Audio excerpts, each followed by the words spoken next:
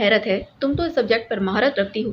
Very strange, Nazia نے حیرت بھرے لہجے میں کہا تو صالحہ بے اختیار ہنس پڑی تھی۔ ہمیں اس کی باقاعدہ ٹریننگ بھی دی جاتی ہے۔ اس کے ساتھ ساتھ ہمیں یہ سکھایا جاتا ہے کہ ہمارا ذہن ہر معاملے کے ہر رخ کا خود بخود تجزیہ بھی کرے، صالحہ نے کہا۔ کیا تمہارا تعلق ملٹری انٹیلیجنس سے ہے؟ نازیہ نے کہا۔ ارے نہیں، ملٹری انٹیلیجنس والے اس طرح سڑکوں پر مارے مارے نہیں پڑتے، صالحہ نے مسکراتے کہا۔ تو پھر کون سی ایجنسی ہے؟ نازیہ نے پوچھا۔ ABC سمجھو، ہم نے حلف دیا ہوا ہے ہم اس بارے میں کچھ نہیں بتائیں گے، صالحہ نے جواب دیا۔ کیا تم مجھے اس ایجنسی میں شامل کروا سکتی ہو؟ نازیہ نے کہا تو صالحہ بے اختیار ہنس پڑی۔ جو کام تم کر رہی ہو وہ زیادہ اچھا ہے، یہاں تو جان کے لالے پڑ جاتے ہیں اور اس ایجنسی میں شرکت آسانی سے ہوتی بھی نہیں، صالحہ نے ٹالنے والے انداز میں کہا۔ اسی لمحے آگے جانے والی مشاہدے کی کار نے رکنے کا کوشن دینا شروع کر دیا تو نازیہ نے کار کی رفتار کم کر دی اور پھر ایک سائڈ پر کار روک دی تھی۔ وہ دونوں نیچے اتر آئی تھی۔ وہ دیکھیں، سامنے دیوار، اسے ٹکرائی تھی کار، مشاہدی نے اشارہ کرتے کہا تو نازیہ اور صالحہ نے دیکھا کہ وہاں تو ملبہ اٹھا لیا گیا تھا، لیکن وہاں اس خوفناک حادثے کے نشانات بہرحال موجود تھے۔ رانا فاروق کی کار کہاں سے مڑی ہوگی اور اس دیوار سے آگے ٹکرائی ہوگی، صالحہ نے ادھر ادھر دیکھتے ہوئے کہا۔ عینی شاہد کے مطابق وہ سامنے کھمبے کے قریب سے یکلخت مڑی اور یہاں آ کر پوری قوت سے ٹکرا گئی، مشاہدی نے ایک بار پھر اشارہ کرتے ہوئے کہا تو صالحہ اس کھمبے کے سامنے پہنچ کر رک گئی تھی۔ نازیہ اور مشاہدی بھی اس کے ساتھ تھے۔ سڑک کی دوسری سائڈ پر عمارتیں تھیں جن کی کھڑکیاں سڑک کی طرف نظر آ رہی تھیں۔ آپ نے پوسٹ مارٹم رپورٹ پڑھی تھی؟ صالحہ نے مشاہدی سے پوچھا۔ یس مس، مشاہدی نے جواب دیا۔ اس میں زخم کا رخ اور گولی کی سمت کا تعین کیا گیا ہوگا۔ وہ کیا تھا؟ صالحہ نے پوچھا تو مشاہدی نے چند لمحے سوچنے کے بعد بتا دیا، البتہ اس کے چہرے پر قدرے حیرت کے تاثرات نمایاں ہو گئے۔ صالحہ چند لمحے ادھر ادھر دیکھتی رہی اور پھر اس کی نظریں سڑک کے پار کافی فاصلے پر ایک سرخ عمارت کی جانب بڑھ گئی تھی۔ اس عمارت میں کھڑکیوں کی ایک قطار نظر آ رہی تھی، اس میں سے چند کھلی ہوئی تھیں اور باقی بند تھیں۔ یہ سرخ رنگ کی بلڈنگ کیا ہے؟ صالحہ نے مشاہدی سے پوچھا۔ ہوٹل ریڈ سٹار ہے، سیاحوں کا پسندیدہ ہوٹل ہے کیونکہ یہاں ہر قسم کا نشہ آسانی سے مل جاتا ہے۔ ہوٹل بھی نسبتاً دوسرے ہوٹلوں سے سستا ہے، مشاہدی نے جواب دیتے کہا۔ ٹھیک ہے، شکریہ، صالحہ نے کہا اور پھر نازیہ کی طرف مڑی۔ آؤ چلیں، صالحہ نے کہا۔ مجھے اجازت ہے، مشاہدی نے کہا تو صالحہ اور نازیہ دونوں نے اس کا شکریہ ادا کیا اور وہ کار میں بیٹھ کر واپس چلا گیا۔ میرا خیال ہے کہ تم صرف مشاہدی کو واپس بھیجنا چاہتی ہو۔ خود تم نے کہاں جانا ہے؟ نازیہ نے کہا۔ میں سوچ رہی تھی کہ رانا فاروق کے قاتل کو ٹریس کروں، لیکن تم کہاں ساتھ گھسیٹتی پھرو گی، اسی لیے چلو، پھر میں اکیلی آ جاؤں گی، صالحہ نے اونچی آواز میں بڑبڑانے کے سے انداز میں کہا۔ نہیں، میں تمہارے ساتھ چلوں گی، نازیہ نے بڑے اعتماد بھرے لہجے میں کہا۔ یہ خطرناک بھی ہو سکتا ہے، ایسا نہ ہو کہ تمہیں کوئی نقصان پہنچ جائے، صالحہ نے کہا۔ ارے اتنی بھی مٹی کی بنی ہوئی نہیں ہوں، مجھے بھی کرپشن رپورٹوں کے لیے بعض اوقات خطرناک صورتحال کا سامنا کرنا پڑتا ہے، میں نے بھی کچھ نہ کچھ ٹریننگ لے رکھی ہے، نازیہ نے کہا تو صالحہ بے اختیار ہنس پڑی۔ اچھا آؤ، کوئی اسلحہ ہے تمہارے پاس؟ صالحہ نے کہا۔ اسلحہ کیوں؟ اسلحے کی کیا ضرورت ہے؟ نازیہ نے چونکتے کہا۔ اوکے آؤ، کار میں چلتے ہیں، ہمیں گھوم کر ہوٹل کے فرنٹ کی طرف جانا ہوگا، صالحہ نے کہا تو نازیہ نے اس بات میں سر ہلا دیا اور پھر نازیہ اور صالحہ دونوں کار میں سوار ہو کر ہوٹل ریڈ سٹار کے فرنٹ پر پہنچ گئی تھی۔ نازیہ نے ایک طرف بنے ہوئے پارکنگ میں کار روکی اور پھر نیچے اتر کر اسے لاک کر دیا۔ اب کہاں جانا ہے؟ نازیہ نے کار لاک کرتے ہوئے کہا۔ آؤ میرے ساتھ، صالحہ نے کہا اور پھر وہ نازیہ سمیت ہوٹل کے بڑے ہال میں داخل ہوئی۔ ہال آدھے سے زیادہ بھرا ہوا تھا، واقعی وہاں سیاحوں کی کثرت تھی، لیکن سیاح طبقہ امراء سے متعلق نہ تھے بلکہ متوسط طبقے کے لوگ تھے جو کم سے کم پیسوں میں سیاحت کا شوق پورا کرنے کے عادی تھے۔ ہال میں منشیات کا دھواں بھی بھرا ہوا تھا۔ نازیہ نے ناک سکیڑی لیکن صالحہ لفٹ کی طرف بڑھتی چلی گئی۔ لفٹ نیچے آئی تو وہ دونوں اس لفٹ میں سوار ہو گئی تھی۔ کون سی منزل میڈم؟ لفٹ بوائے نے مودبانہ لہجے میں پوچھا۔ آخری منزل، صالحہ نے کہا تو لفٹ بوائے نے اس بات میں سر ہلاتے ہوئے بٹن پریس کر دیا، لفٹ اوپر کو اٹھتی چلی گئی۔ چھٹی منزل پر لفٹ رک گئی اور اس کا دروازہ کھل گیا تو صالحہ نازیہ سمیت باہر آ گئی۔ یہ ایک طویل راہداری تھی جس میں کمروں کے دروازے تھے۔ صالحہ آگے بڑھتی چلی گئی اور پھر وہ ایک بند دروازے کے سامنے رک گئی۔ دروازے کے ساتھ ہی نیم پلیٹ موجود تھی جس پر سائمن کا نام درج تھا۔ دروازہ بند تھا۔ صالحہ نے کال بیل کا بٹن پریس کر دیا۔ کون ہے؟ ڈور فون سے ایک سخت اور کھردری مردانہ آواز سنائی دی۔ بند دروازے کی ساخت بتا رہی تھی کہ کمرہ ساؤنڈ پروف ہے۔ دروازہ کھولیں، صالحہ نے اونچی آواز میں کہا۔